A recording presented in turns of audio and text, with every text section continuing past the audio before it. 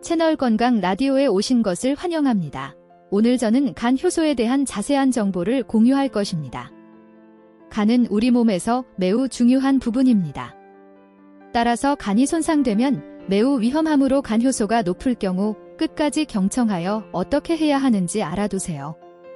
간은 우리 몸에서 가장 큰 장기 중의 하나로 생명 유지에 필수적인 기관입니다. 간이 우리 몸에서 수행하고 있는 기능은 크게 다음과 같습니다. 첫 번째로 단백질, 당, 비타민, 그리고 지방 등 영양분을 처리합니다. 두 번째는 담즙을 생산하여 지방과 지용성 비타민의 흡수를 도와줍니다. 세 번째는 알코올, 암모니아, 니코틴, 약물, 그리고 소화하면서 생긴 몸에 해로운 물질 등 독성 물질을 제거하여 무해하게 만듭니다. 마지막 역할은 혈액의 재활용으로 오래된 적혈구를 제거합니다. 간에서 제거된 오래된 적혈구 안에 포함되어 있는 철은 골수에서 새로운 적혈구를 만드는 데 재활용됩니다. 간의 손상이나 이상 여부를 발견하고 평가하기 위해서는 간에서 생산, 대사되거나 영향을 받는 성분을 분석하고 종합적으로 해석하는 것이 필요합니다. 이러한 검사 항목들을 묶어 간 기능 검사라고 부릅니다. 간 기능 검사의 적응증. 간 기능 검사는 다음과 같이 간 손상, 간 질환이 의심되거나 간 기능 이상의 위험성이 있는 경우 시행합니다.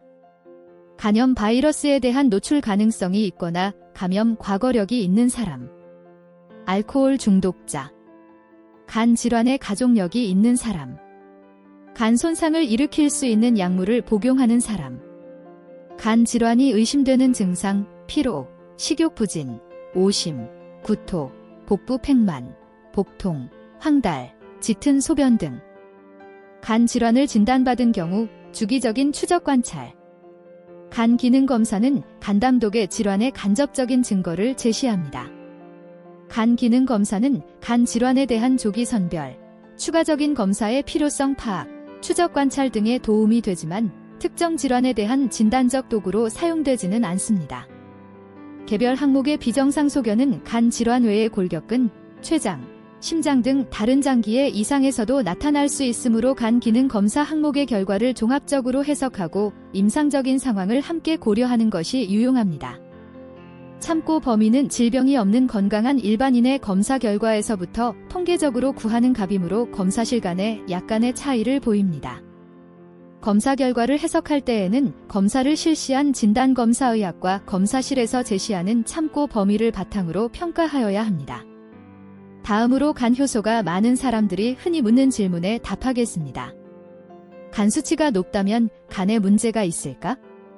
간 수치가 정상이면 무조건 건강한 걸까?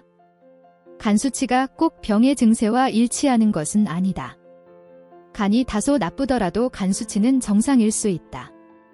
다만 간 수치가 높으면 간세포가 파괴된 것이므로 원인을 밝히는 것은 중요하다.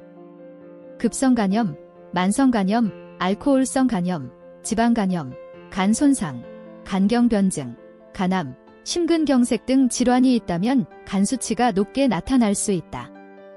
또한 만성질환을 앓는 환자는 간 수치가 지속적으로 정상일 수 있으므로 간 수치가 정상이라고 안심할 수는 없다. 일부 간경변증과 만성비활동성 간염 환자는 간 수치가 거의 올라가지 않거나 약간 높은 경우가 많으므로 주의가 필요하다. 참고로 소아, 노인, 임산부의 정상 수치는 일반 성인의 기준과 다르므로 간 수치 검사를 받거나 진단 시 각과 전문의와 상의할 수 있다. 간 수치를 낮추는 방법이 있을까? 특정 질병이 원인으로 간 수치가 높아진 것이라면 해당 질환을 치료하는 것이 우선이다. 그렇지 않은 경우라면 간 수치를 낮추기 위해서 약물을 복용하는 것보다 금주하고 체중 조절, 적당한 운동을 하고 충분한 휴식을 취하는 것이 좋다. 스트레스로 인해 간 수치가 높아질 수 있을까? 간 수치를 높이는 원인에는 물리적 요인이 있어야 하므로 단순한 심리적 요인으로 간 수치가 높아지는 경우는 거의 없다. 따라서 스트레스 자체가 간 수치를 높인다고 보기는 힘들다. 다른 질병 요인 없이 간 수치가 높아졌다면 음주, 과로, 비만, 복용 약물이나 건강 보조식품, 생활 습관 등을 살펴봐야 한다. 운동을 많이 하거나 단백질 보조제를 먹으면 간 수치가 높아질까? AST와 ALT 등은 근육에도 존재하므로 과격한 신체 활동이나 근육 운동을 하면 간 수치가 증가할 수 있다. 운동이나 신체 활동을 하는 동안 생성된 피로물질과 노폐물을 간이 분해하면서 무리가 되면 간 수치가 증가한다. 하지만 유산소 운동으로는 간 수치 상승 가능성이 작으므로 이러한 경우에는 다른 원인을 찾아야 한다. 단백질 식품이나 보충제를 통해 체내로 들어온 단백질은 다양한 대사 과정에 사용되고 남은 단백질은 간으로 보내진다. 신체에 필요 이상의 단백질이 들어오면 간에 부담을 주면서 간 수치가 상승할 수 있다. 간 기능이 정상이라면 큰 문제가 없겠지만 간과 신장 기능이 저하된 경우에는 특히 부담이 될 수 있으므로 주의한다. 비만이면 간 수치가 높을까? 비만은 지방간 발생 가능성이 높고 이로 인해 간 수치가 상승할 수 있다. 물론 비만이라고 무조건 간 수치가 높은 것은 아니지만 비만일 경우 정상 체중보다 지방간 발생 가능성이 높으므로 비만이면서 간 수치가 높고 다른 유발 원인이 없다면 먼저 체중 조절이 필요하다. 예상치 못한 간에 매우 좋은 음식을 공개하겠습니다. 문어는 피로 회복에 좋은 타우린 성분이 풍부하여 간 건강에 좋은 식품으로 잘 알려져 있다. 타우린은 아미노산의 일종으로 간의 피로 회복에 좋은 효능이 있어 지방간을 개선해주는 등 간 건강에 매우 이로운 성분 중 하나다. 자몽에는 간 해독에 필요한 효소의 생성을 돕는 비타민C와 글루타치온이 풍부하게 함유되어 있다. 글루타치온은 체내에서 산화 환원 반응에 중요한 역할을 하는 항산화 물질로 간염 치료 보조제로 사용되는 물질이다. 커피에 들어있는 폴리페놀 성분은 항산화 작용으로 간의 피로를 막아주는 데 도움이 된다. 또한 커피의 카페올 성분은 섬유화, 조직이 딱딱하게 굳는 현상을 일으키는 간 성상세포의 생성을 억제하는 효능이 있다. 커피 원두를 볶을수록 폴리페놀 성분이 감소되므로 살짝만 볶아서 이용하는 것이 좋다. 전문가들은 하루 3에서 5잔 이내로 마실 것을 권장한다.